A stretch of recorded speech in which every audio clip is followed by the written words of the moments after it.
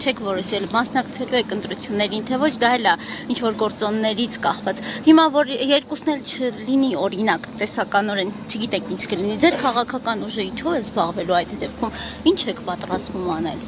Այսինքն, եթե ընտրություններ չկան, քաղաքական ուժը անելիք չունի։ Ես չասացի անելիք չունեք, ես ասում եմ ինչ եք պատրաստվում անել, ինչով եք Մենք պատրաստվում ենք շարունակել մեր պայքարը շատ մեծ ինտենսիվությամբ եւ կարծում եմ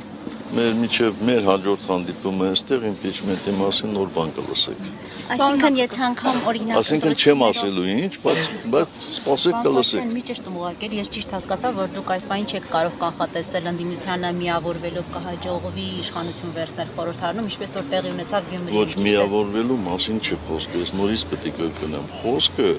ներընդդիմադիր պայքարը ուրիշներ ուրիշ բառով են ասում։ Մեղմելու մասին է գնում։ Դրանք տարբեր բաներ են։